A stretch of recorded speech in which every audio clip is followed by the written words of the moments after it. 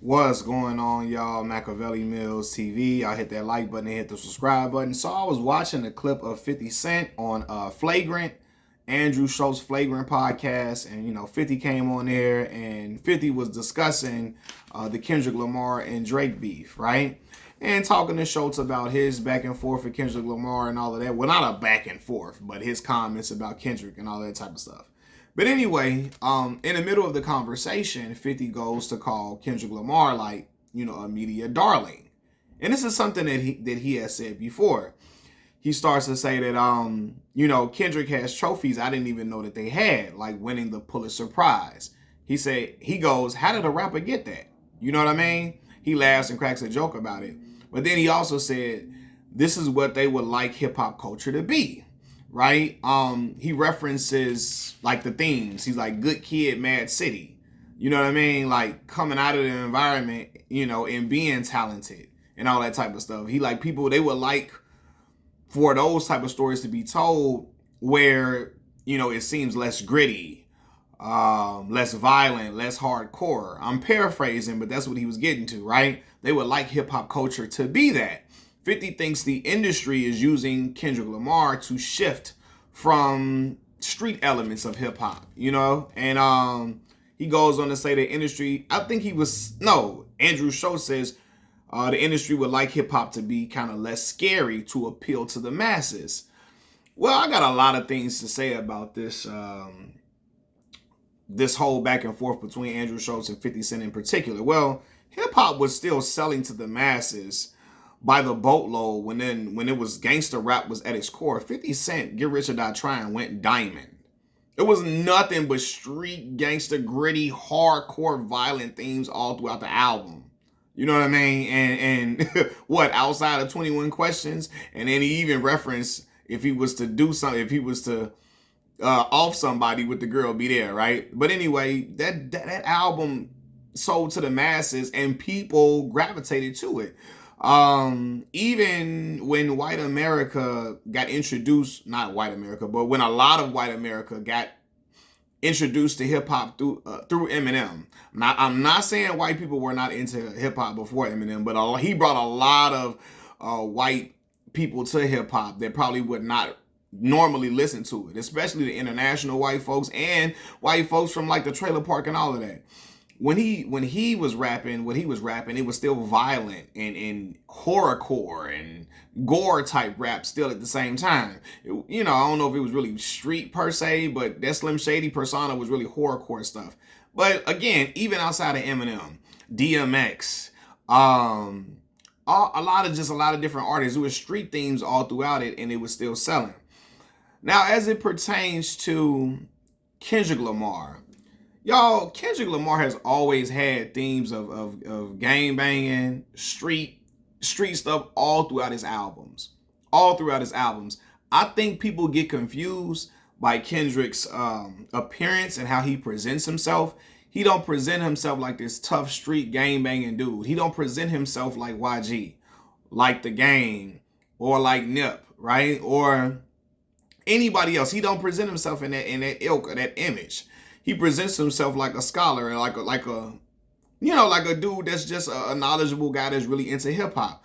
But when you listen to the music, he's talking about his life in relation to gangbanging in Compton, what he was doing, what he was seeing, what was around him on an everyday basis, right? Telling a story about how his manager almost robbed and offed his dad before, you know what I'm saying? Years prior to them even working together. Telling stories about peer pressure, telling stories about people getting pressed on the block. Where you from? Where your mama stay? Where your grandmama stay? All that type of stuff. And it's all in his music. Even the GNX album. All is street stuff all in there at times, right? It's still street. Even my song Peekaboo. 7.62s will make them plank. The bullets will make them plank. Like what? You feel me? So I just think people look at Kendrick and think just because he's presenting himself in a way that most hip hop artists from Compton wouldn't present themselves, he's kind of presenting himself in a more a studious type of image at times, that they thinking, oh, it's this is a safer form of hip hop. When yeah, he presented himself like that, but listen to Good Kid, Mad City. Listen to songs like Mad City and all of that. Come on, man. Like again, I just think people got a certain perception of Kendrick Lamar. This is what Glasses Malone was getting to. Because a brother can be eloquent and be above the BS, but at the same time, come from the BS, learn from the BS, and still tell them stories in a music in a way where it's not presenting like I'm just a super thug. I'm just this super thug dude. Cause that's how like the game is an outstanding rapper, but Game come off like I'm just this super thug created in the lab. His aura does not emit that. His aura emits, I'm a dude from Compton. I grew up in these streets. I've been around it all day in my life, but I'm bigger than that. You know what I'm saying? And there's nothing wrong with that. But to act like Kendrick's music is shifting away from the gritty elements of hip hop, I think that's false. You know what I'm saying? Kendrick wouldn't rap like Fifth, like talking about clearing out a whole block with an AK-47 or something like that. He wouldn't act like he bullying everybody. But he didn't got on his bully several times. I'm sorry, especially within his the beef with Drake. Now, what I think Fifth is feeling a way about is the fact that a guy that once presented himself in the ilk of a Kendrick Lamar, talking about Kanye a little bit more, a lot more arrogant, you know what I'm saying? But Kanye was the backpacker.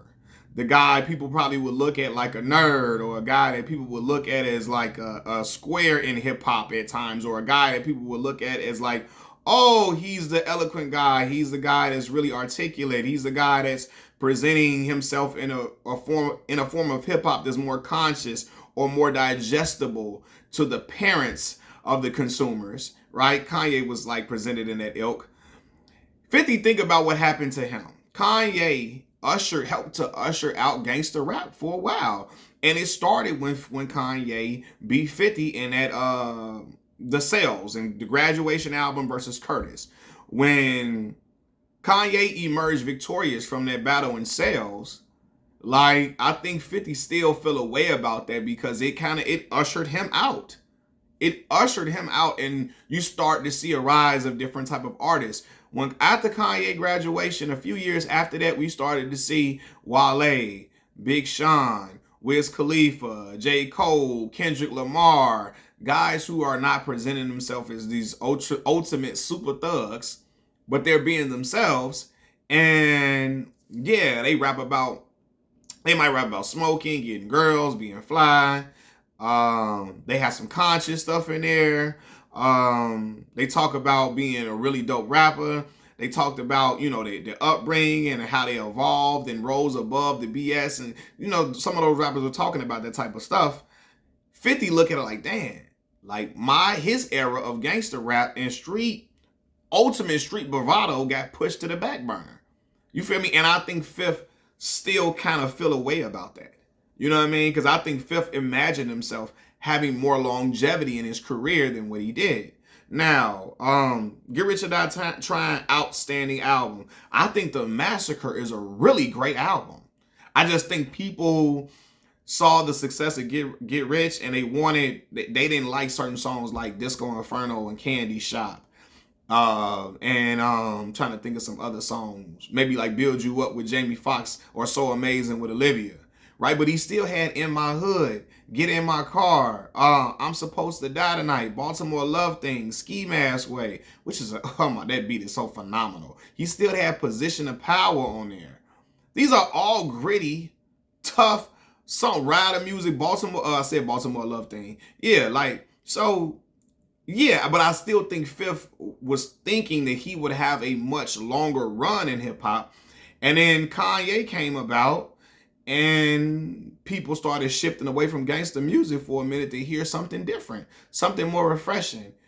And Fifth still feels a way about that. You can't convince me otherwise. And so when he sees Kendrick Lamar, he's thinking about what happened to him, like Kanye's emergence and him getting pushed to the back burner. Now, as it relates to Drake, yeah, I mean, Drake was at the top of the rap game before then, and Drake was never this street gritty, aggressive, ultra violent guy that, you know what I mean? So it's like, okay, yeah, but before Kendrick was at the top of the helm, Drake was right there. So you can say hip hop was getting away from, I guess, the mainstream image, the guy that was holding the torch for mainstream rap.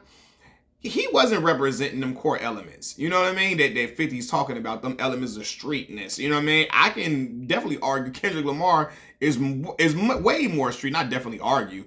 There's no question. He's way more street than Drake.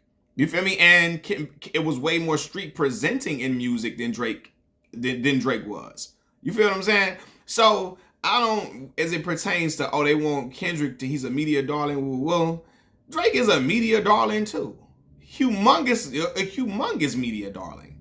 And we saw it in his battle with Meek Mill, right? The way people, I mean, you had corporations, Burger King, ESPN, corporations I know have no vested interest in hip hop, who have no interest in hip hop for real and don't really listen to hip hop. They were clowning Meek Mill and when he was battling Drake. Meek Mill was a popular punchline, and they producers probably was telling them to make jokes about that. You feel me? So, yeah, Drake has been a media darling for the longest of time because he represented a safe version of hip hop that a lot of parents would like to listen to. Drake had songs that white Jewish grandmothers liked. You know, that white grandmothers from North Dakota and Idaho and Maine and New Hampshire liked. Just Hold On, We're Going Home. Better Find Your Love. He had them type of songs. Hotline Bling. You feel me? He had songs that people from other, people who wouldn't traditionally be in hip hop who wouldn't traditionally consume hip hop music, they liked those songs because they were more pop, right? But yeah, but to me though, I feel like, yeah, to act like, oh, they want Kendrick in that top spot because it's away from the grittiness. Well, Drake was in the top spot, and that was a big step away from the gritty elements of hip hop that people once loved. You know what I mean? And the industry was fine with it because Drake was able to get certain ears that wouldn't normally listen to hip hop into the music. You know, but anyway, in the interview, 50 goes on to mention Jay-Z. And I think he tries to make a comparison like, look, Jay's contract with Beyonce was the biggest thing for him. And he was like the marriage contract to her. And he speaks about Jay-Z's marriage to Beyonce getting Jay more accolades, right? Like way more. He got a whole bunch of Grammy nominations and Grammy wins after being married to Beyonce. And I do believe Jigga's marriage to Beyonce helped him out a lot, like as far as being looked at differently in corporate America, but I also say his business acumen bolstered regardless. And he always been a phenomenal rapper, an outstanding rapper.